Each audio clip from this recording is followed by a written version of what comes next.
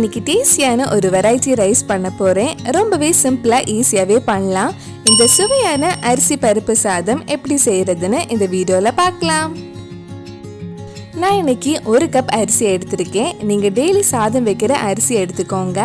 இது கூட 1/4 கப் துவரம் பருப்பும் எடுத்திருக்கேன். இப்போ ஒரு குக்கர்ல 1 டேபிள் ஸ்பூன் நெய், கொஞ்சம் எண்ணெயும் எடுத்திருக்கேன். எண்ணெய் சூடானதும் இதுல கொஞ்சம் கடுகு போடலாம். கடுகு வெடிச்சதும் இதுல 1/2 டீஸ்பூன் உளுந்தம் பருப்பு, 1/4 டீஸ்பூன் ஜீரகம், 2 பச்சை மிளகாய், 4 காஞ்ச மிளகாய், 7 பல் பூண்டு, கொஞ்சம் கருவேப்பிலையும் சேர்த்து ஒரு 2 நிமிஷம் கிட்ட வதக்கலாம்.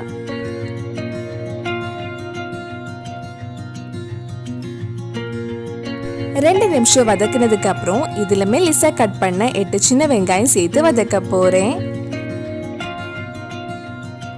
நம்ம சேனல்ல குக் வித் கோமாளில இருந்து நிறைய ரெசிபிஸ் பண்ணியிருக்கேன். நீங்க இன்னும் அந்த வீடியோஸ் எல்லாம் பார்க்கலனா அதோட லிங்க் கீழே டிஸ்கிரிப்ஷன்ல இருக்கு. மறக்காம அந்த வீடியோஸும் போய் பாருங்க.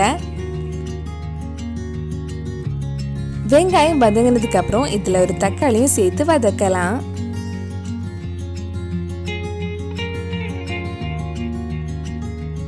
தக்காளி வதங்கி நல்லா சாஃப்ட் ஆனதும் இதுல 1/4 டீஸ்பூன் மஞ்சள் பொடி, கொஞ்சம் காய் பொடியும் சேர்த்து மறுபடியும் ஒரு 2 நிமிஷம் வதக்கிக்கோங்க.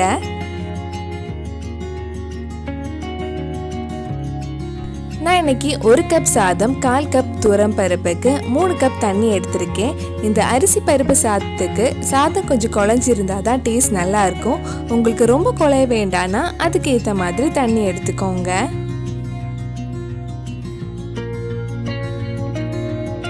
இது ஒரு வாட்டி மிக்ஸ் பண்ணி இது கொதிச்சதுக்கு அப்புறம் நம்ம வாஷ் பண்ணி வச்சிருந்த அரிசி பருப்பும் இதுல போட்டு வேக வைக்கலாம். இதுல தேவையான அளவு உப்பு போட்டுக்கோங்க. நான் இது குக்கர்ல லோ ஃப்ளேம்ல ஒரு விசில் கிட்ட வைக்க போறேன். ஒவ்வொரு குக்கர் ஒவ்வொரு மாதிரி இருக்கும். அதே மாதிரி அரிசியும் வேகிறதுக்கு வேற வேற டைம் ஆகும். அதுக்கு ஏற்ற மாதிரி நீங்க அரிசியை வேக வச்சுக்கோங்க. ரொம்ப சுவையான அரிசி பருப்பு சாதம் ரெடி ஆயிடுச்சு. கண்டிப்பா நீங்களும் இந்த ரெசிபி உங்க வீட்டில் செஞ்சு பாருங்க. பிடிச்சிருந்தா இந்த வீடியோவை லைக் பண்ணுங்க, உங்க ஃப்ரெண்ட்ஸ் அண்ட் ஃபேமிலிக்கு ஷேர் பண்ணுங்க. வேற என்னெல்லாம் குக் வித் கோமாளி ரெசிபி நம்ம சேனல்ல ட்ரை பண்ணலான்னு கீழே கமெண்ட் பாக்ஸ்ல சொல்லுங்க.